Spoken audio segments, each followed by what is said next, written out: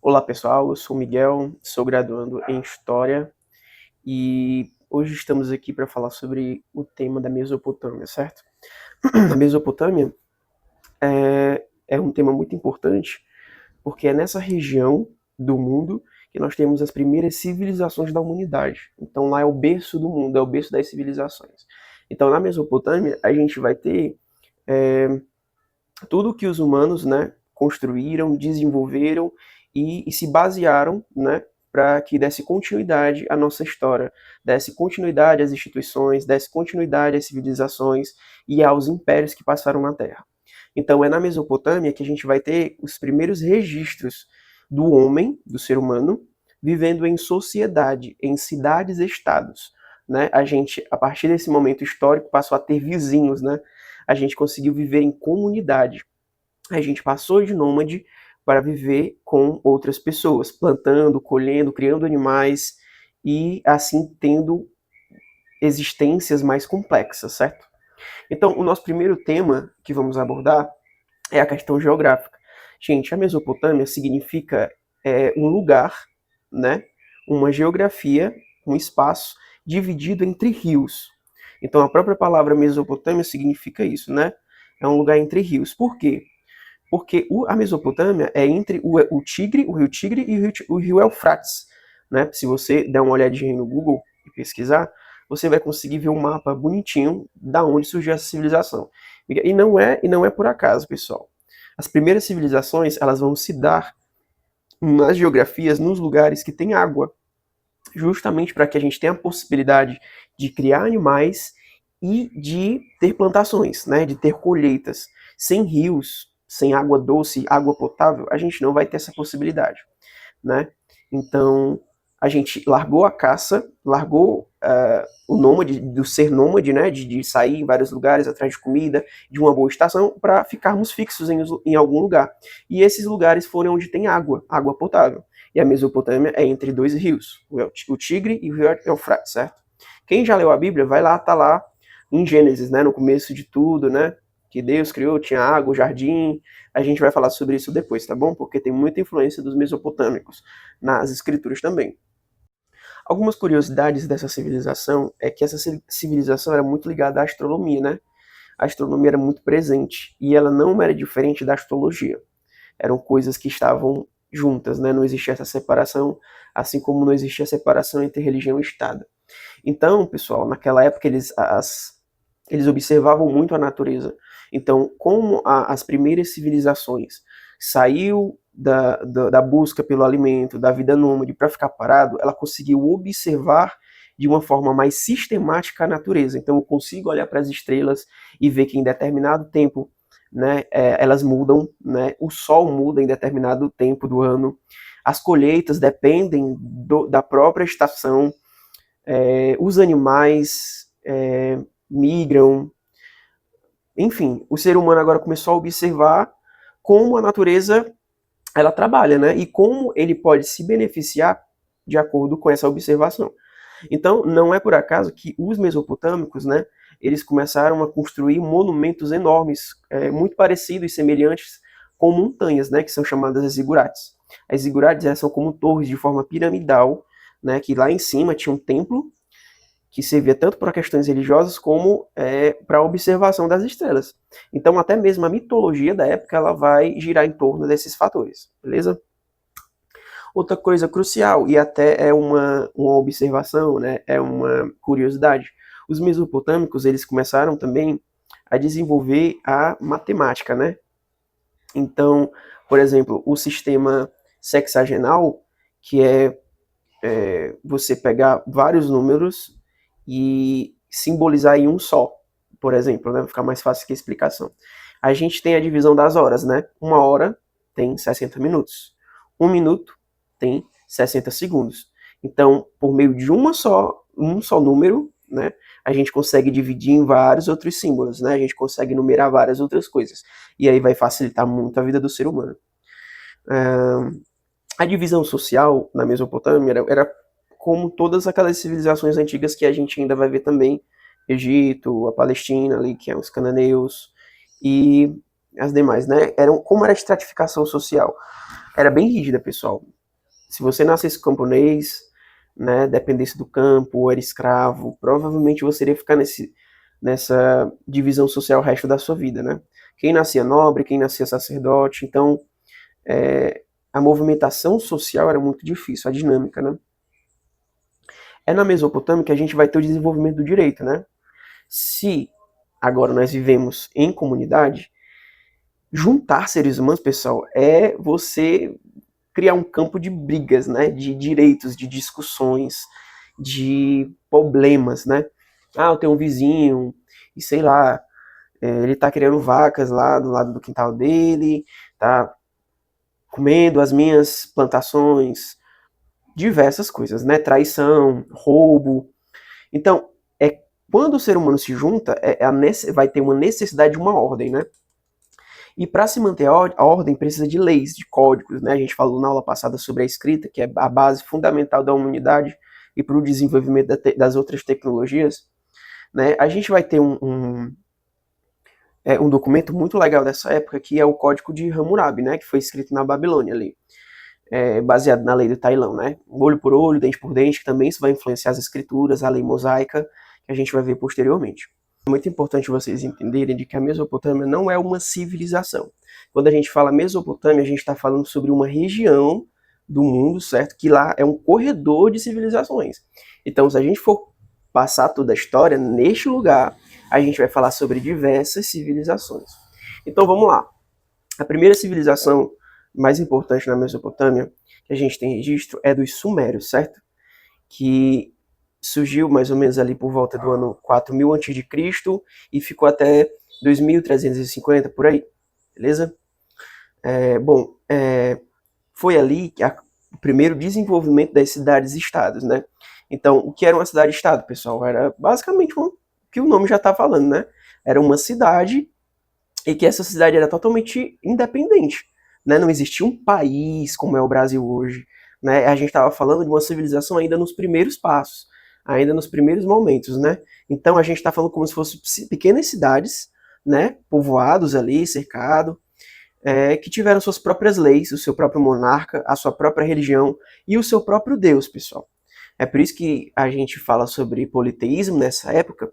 A gente vai perceber que em cada lugar, que em cada cidade-estado, que tinha o seu próprio monarca e a sua própria religião, tinha o seu Deus, que era o protetor daquela cidade, daquela área, né?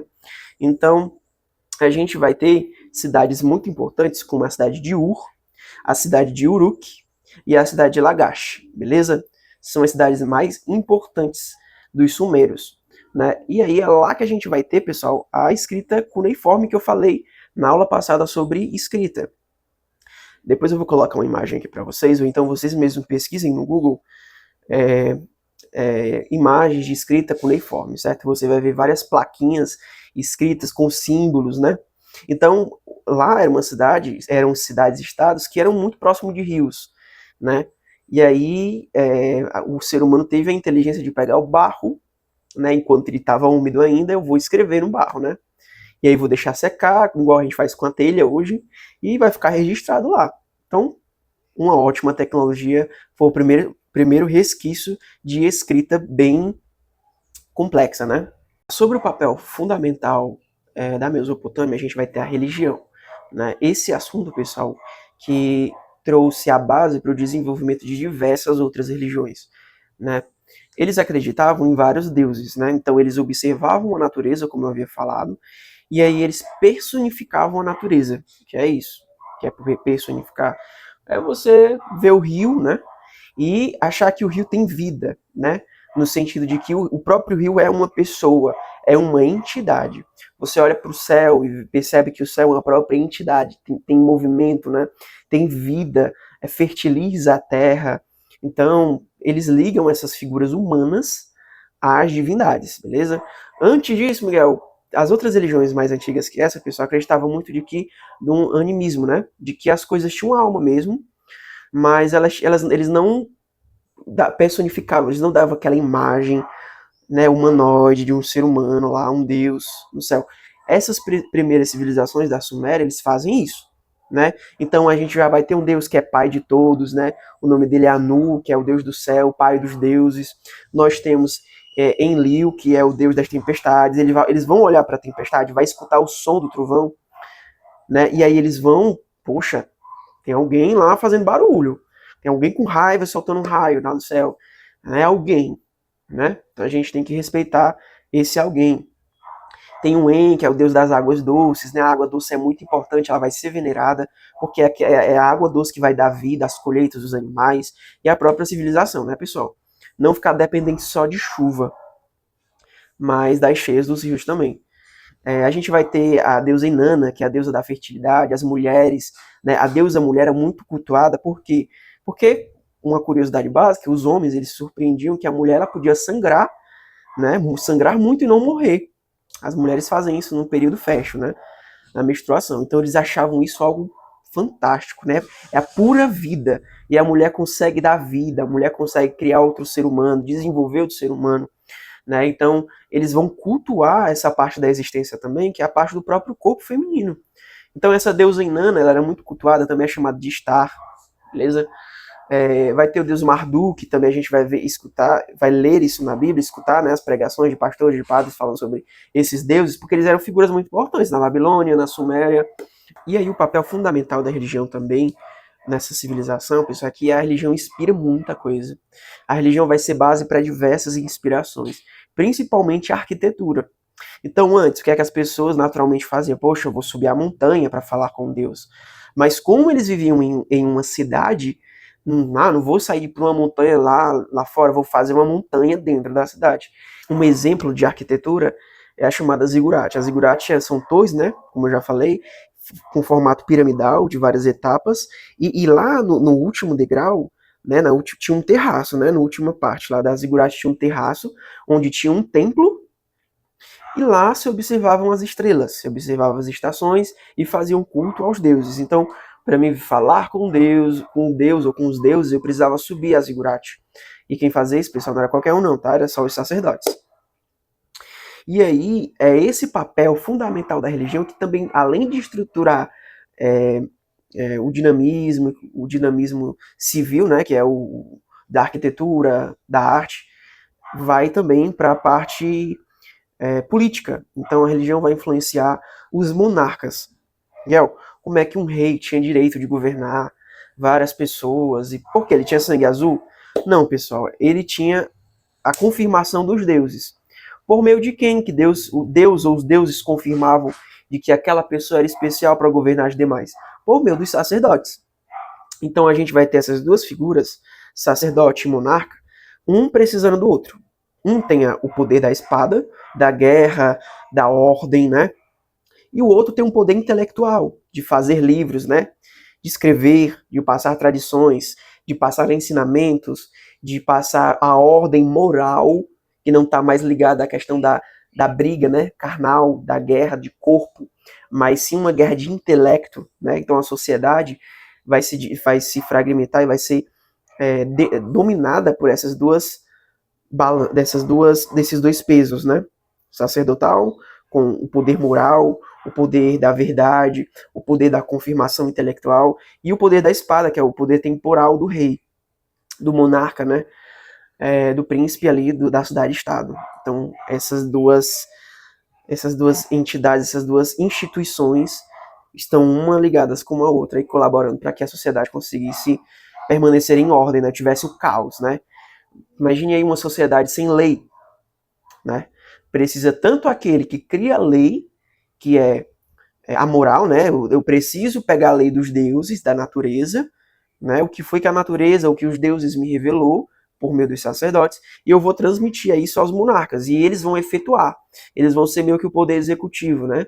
Da moral que a casta sacerdotal criou, e os monarcas eles vão botar em prática, né? Então, Miguel, eu roubei algo de alguém, isso é moralmente condenado pelos deuses, pelas leis, e quem vai executar isso é o ungido de Deus, né? É o rei, é o próprio rei, que na figura do príncipe lá da cidade-estado. Então, é uma religião marcada pela teocracia, beleza? Um mito muito importante para quem quer se aprofundar mais na mitologia desses povos, principalmente dos sumérios, é a epopeia de Gilgamesh, né? Pesquisem aí, dê uma olhada, porque lá vai ter várias referências da Bíblia também, como o dilúvio, né? A criação do mundo, o dilúvio, e você vai conseguir ter uma visão mais ampla de como eram as mitologias da época e a explicação que essas civilizações tentavam passar, né, as explicações que eles davam para a criação do mundo, dos deuses e da ordem e da própria cidade, né? Eles vão construir uma mitologia por meio da própria civilização. Então eles vão, olha, Deus criou, os deuses criaram esse rio tal que passa por aqui, e fez um jardim e tem frutas, e Deus ficou triste, os deuses se entristeceram. Eles vão criar mitologias por detrás do seu próprio desenvolvimento, da sua própria cidade, né? Uma visão de mundo muito ligada a si próprio. Então, por isso que eles vão se enxergar nos deuses também, pessoal. Por isso que os deuses eles vão adotar figuras humanas. Vai ter essa relação meio que psicológica, né? Vamos agora explicar, vamos agora responder a essas angústias, né? Por que eu estou aqui no mundo? Então, essas instituições são importantíssimas para o consolo das pessoas que viviam na cidade. Vale lembrar também que os sumérios, né, eles eram governados pelo o patese. O que significa isso? É que o rei, ele poderia ser o sacerdote. É que essas duas instituições que eu acabei de falar para vocês, que elas fazem um equilíbrio no Estado, estava presente em uma figura, né? A gente vai ver posteriormente que isso vai se dividir, né, em duas. Existe o sacerdote, na Idade Média, por exemplo, existe o Papa, existe o monarca, né, de alguma região, o imperador. Nesse tempo, na cidade-estado, o próprio príncipe, que era o patese, ele era o rei sacerdote. Quem já leu a Bíblia, tem uma pessoa chamada rei Melquisedeque, que ele era rei e sacerdote. Depois vocês leem o Gênesis, né, que ele era rei de Salém, e ao mesmo tempo que ele era rei, que tinha batalhas e tal, ele oferecia sacrifícios. Então essa figura do monarca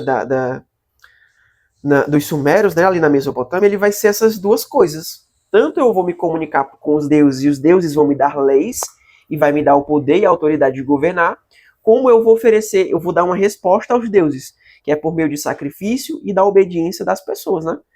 Que é por meio da obediência das pessoas, da ordem, que vai se restaurar os limites, né? Então a lei é formada, ela é revelada, ela é dada. Então, para que os homens sigam, né, sem se matar, sem se roubarem, se é dada por meio dos deuses e para essa figura que é tanto monarca como sacerdote. Então, pessoal, voltando aqui às divisões de impérios, né, que eu falei para vocês que a Mesopotâmia, ela é um corredor onde passou diversas civilizações. Então, a primeira civilização que a gente vai ter lá é a dos sumérios, né? Eu acabei de falar para vocês. E a segunda é a dos acadianos, beleza? O Império Acádio, ele vai durar entre 2350, que é o final do da civilização da Suméria, até 2350, até 2150, beleza? Antes de Cristo, pessoal, antes de Cristo. Então vamos lá, o primeiro líder da época é o Sargão I, né, o grande, né? Ele vai ser o primeiro a unificar aquelas cidades e estados ali, e aí ele vai ter um poder muito forte militar, né? Eu falei para vocês que para uma pessoa liderar, ela tem que vencer uma guerra, né? Ela tem que mostrar o poder bélico, né? O poder ainda animalesco, carnal, né? Corporal, uma guerra de sangue, para que você exerça o poder e depois vá desenvolver a moral, para manter a ordem, manter o controle, né? Então, Sargão I ele vai ser o grande unificador no Império Acadiano. Depois do Império Acadiano, a gente vai ter a Babilônia, beleza? O Império Babilônico, que vai durar entre 1800 até 1600 a.C. E aí a gente vai ter o primeiro reinado de Hammurabi, que eu falei sobre o Código de Hammurabi, né? Depois que eu tomo um lugar, depois que eu unifico uma região, depois que eu faço toda uma civilização viver de uma mesma cultura, eu vou passar as leis, a moral, as regras, para que não exista um conflito, entendeu? Então a gente pode falar que a história do direito, né, não o direito moderno, como a gente na academia estuda, mas vamos dizer, o primeiro resquício, né, do direito nos seres humanos vai partir desses primeiros códigos das civilizações humanas. Então o primeiro código é o de Hammurabi, certo? Ele é a base da lei do Talhão, que é aquela lei muito famosa que tem na Bíblia, né, a lei de Moisés, que é olho por olho, dente por dente, foi influenciada pelos babilônicos. Inclusive, os primeiros livros da Bíblia, Gênesis, Êxodo, Levítico, Números, boa parte desses escritos, né, que são vários compilados, foram de cultura, né, babilônica, né? E a sociedade naquela época era dividida entre os nobres, que dominavam, estavam nos seus palácios, né? Existiam aqueles que nem eram totalmente livres e nem eram totalmente escravos, eram os dependentes do Estado, né? Então, o poder estatal naquela época, pessoal, é muito grande, né? A gente vai ter o poder do monarca absoluto, né? Então você vai ter pessoas que não são totalmente livres, não são totalmente escravas, mas que elas subsistem por meio dos monarcas, por meio da nobreza.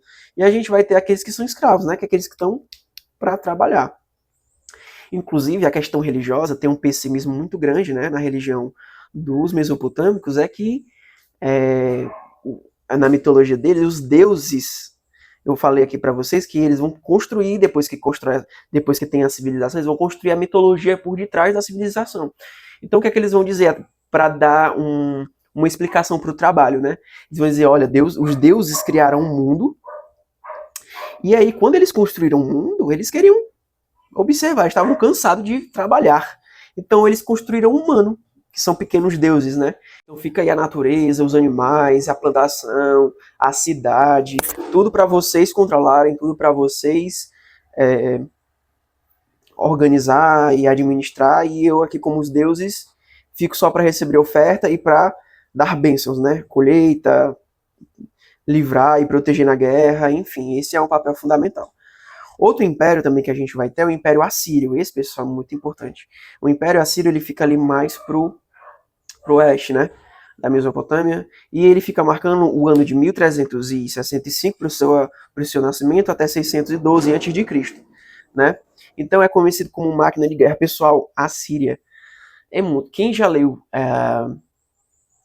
leu a Bíblia, né, tem partes muito importantes que existe uma dominação dos cananeus ali da Palestina dos assírios, porque eles expandiram muito, né, o império ali na Mesopotâmia. Então, a tecnologia militar era muito grande, a máquina de guerra, né, a Síria, eles tinham táticas de cerco nas cidades, então eles cercavam as cidades, deixavam as pessoas com fome, sem ida e volta, sem nada, né? Então eles rodeavam as cidades e tomavam as cidades. Terror psicológico muito grande, né? Era um terror mesmo, né? De tirar um escravizado da sua terra natal e transportar para outro lugar e movimentar e fazer um terror psicológico muito grande. Então eles conseguiram dominar de uma forma muito brutal as terras, né? A cidade mais importante desse tempo, pessoal, é a cidade de Nínive, certo? É uma cidade muito famosa da Síria, a mais conhecida, inclusive está em registros aí, até mesmo nas escrituras, na Bíblia. E lá tem vários tabletes, né, de escritas cuneiformes, né? A gente vai ver a biblioteca de Nínive, que é muito importante nessa cidade, e lá a gente vai ter diversos tabletes cuneiformes, né? Inclusive a epopeia de Gilgamesh, a gente vai ter graças a esses registros. Outro império também que marcou a Mesopotâmia entre o ano 612 até o 539 é o Império Babilônico, né? O segundo Império Babilônico, que é o Império Caldeu. A etnia que dominava o antigo Império Babilônico era os Amoritas, que durou entre 1600 a 1800 até 1600. Esse outro Império Babilônico, né, que é o Neobabilônico, ele vai de 612 até 539. Então, quem já leu aí o profeta Isaías, quem já leu aí o Ezequiel, o Daniel, vai entrar em contato com essas histórias desse tempo, né? É o império que dominou ali a Palestina, que dominou vários outros povos. Eles têm uma arquitetura fantástica, né? Arquiteturas monumentais, construções, jardins, pessoal, suspensos, né? Eles vão ter aquele famoso portal que a gente tem hoje, hoje atualmente ali é o Iraque, né? De onde a gente está falando, a Mesopotâmia, hoje é o Iraque. Inclusive, se você for pesquisar no Google, você pesquisa sobre os monumentos dessa época.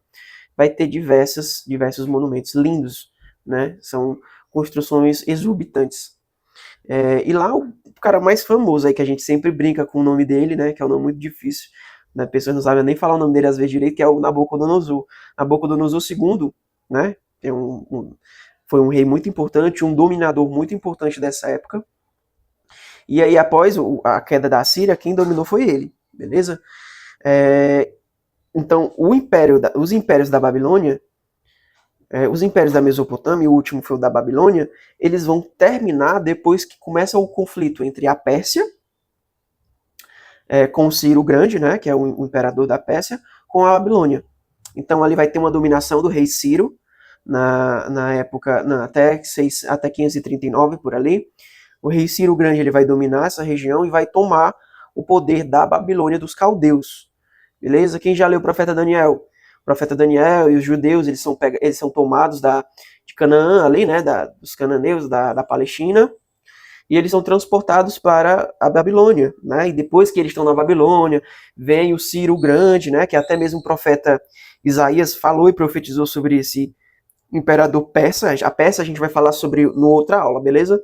Aqui a gente está falando só sobre os impérios mesopotâmicos. Então, o último império da mesopotâmico é o babilônico, né? Com a queda da Babilônia com o Ciro Grande da Pérsia. Só para fechar nossa aula e resumir o que a gente viu aqui, né? Finalizar sobre esse tema da Mesopotâmia, a gente viu aqui que as principais civilizações foi desenvolvida na Mesopotâmia, né? A gente vai ter os sumérios, que lá tem a escrita cuneiforme, as cidades-estados. Até uma curiosidade, quem já assistiu Game of Thrones, né? Game of Thrones, a gente vai ter diversas regiões, nessas regiões vai ter diversas casas, e nessas casas a gente vai ter cidades-estados. Não são países, né? A gente percebe que aquelas cidades-estados que eles governaram eram pequenas, as localidades, né? Eram cercadas por muralhas, mas tinha um príncipe, um principado, e uma religião oficial daquele estado.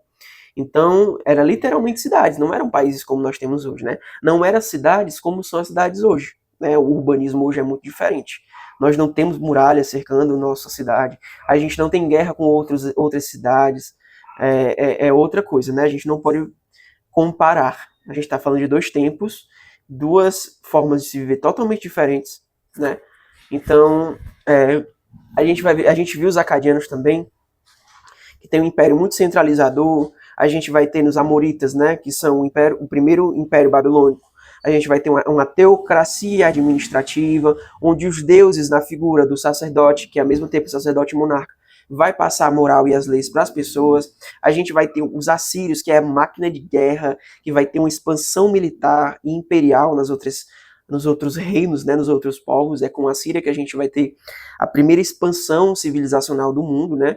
E aí, pessoal, nessa expansão a gente vai ter também choques culturais com outras culturas, os deuses vão começar a se falarem, trocar informações, né? Um deus de uma terra vai ter contato com outro deus de outra terra. E quando eu falo isso, são línguas, são pessoas, né? Em choque social, né? E aí a gente também tem os caldeus, que é o segundo império babilônico, com Nabucodonosor, também com essa ideia de expansão do império, né? E aí, nesse final da civilização mesopotâmica, a gente vai começar os maiores impérios da Terra, né?